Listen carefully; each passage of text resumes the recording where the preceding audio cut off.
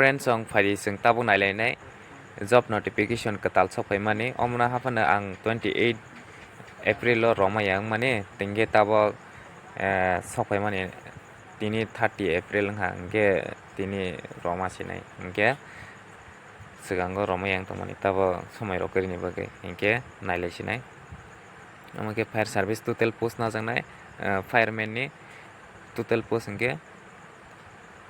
1362 plus boni tesa gabang phana jangnai bahaita nge omoni nge group nge si non gazetted nge salary rok nge busung ni siming start ngai 20,700 ni siming 65,800 ni si asuk jarang nai nge 28 level nge 6 nge 2018 no je aprone role haike rosang nai bahaita nge 10% nge je tabo sakri khai tongnai homeguard rogo inke bohaironi bagai group di rogo khai tongnai bondeng ni bagai 10%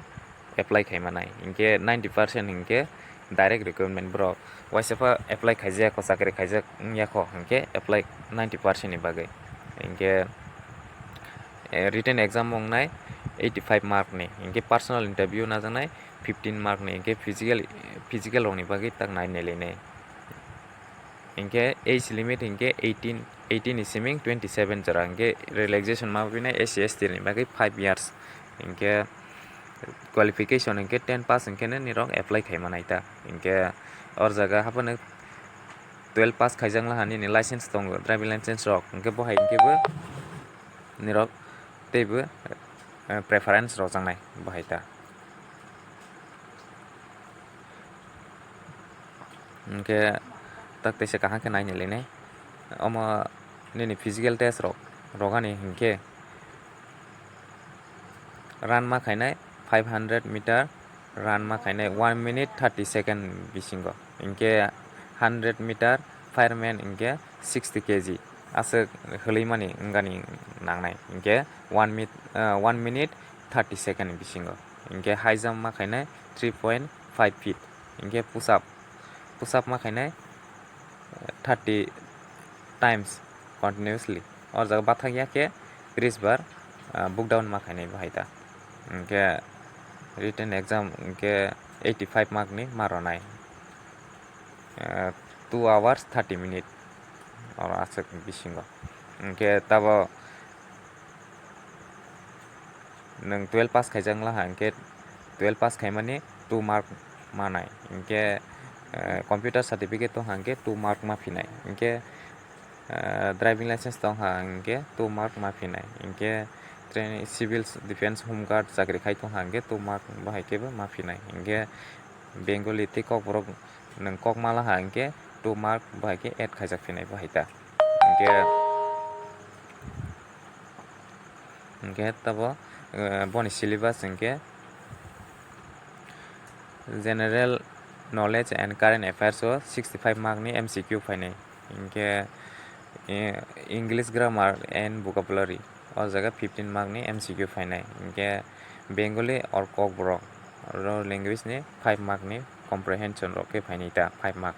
inke personal interview 10 mark bahai ke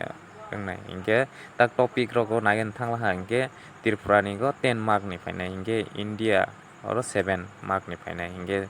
fire safety और जगह 5 mark ni इनके simple arithmetic ni go 4 game and sport go इनके 4 इनके current affairs ni go इनके Tripura India North East wow बाय के फाइनिता इनके बने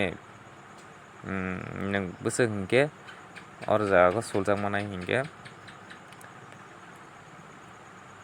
नि physical standard नांगनाय 167 centimeter इनके और जगह relaxation ST नि बागे इनके relaxation मापिनाय 67 और जगह रोजाक दंगो 167 centimeter इनके apply खाइमाने इनके normal तब जोतो बरोनी बागीता इनके ST रोनी बागे इनके relaxation 5 इनके बसंगनाय 62 centimeter इनके ने apply खाइमाने बाहिता इनके 81 इनके expansion और जगह पुलिस हारोगै ते 5 centimeter मा करना इनके नि मकल नुमानी पावर और जगह ग्लास हारा के 6 by 6 K नांगनाय बाहिता Hingke nirok ani channel bai subscribe khaijak ko tong katal ko hingke subscribe khaigi tong ang tei bo haike tak job notification katal sokpaila hingke nirok bo sigui tongani bagui hingke omo full notification bophroni simi apply khaimani bo hairok or jaga o rojak kwrui ko hingke omo haike sokpaila hingke ang nirok no rorogui sirogui tongronai haini bagui ani channel bai jephru kwrwngui tonglai asike nirok bo jephru siui tongani bagui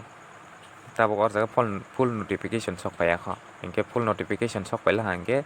afro bophroni simi apply khaila hingke khaimanai bo hairok bo sokpaila hingke nirok no bini sikang roi ronai afro hingke nirok ani channel bai jephru no kwrwngui tonglai di jotono hambai.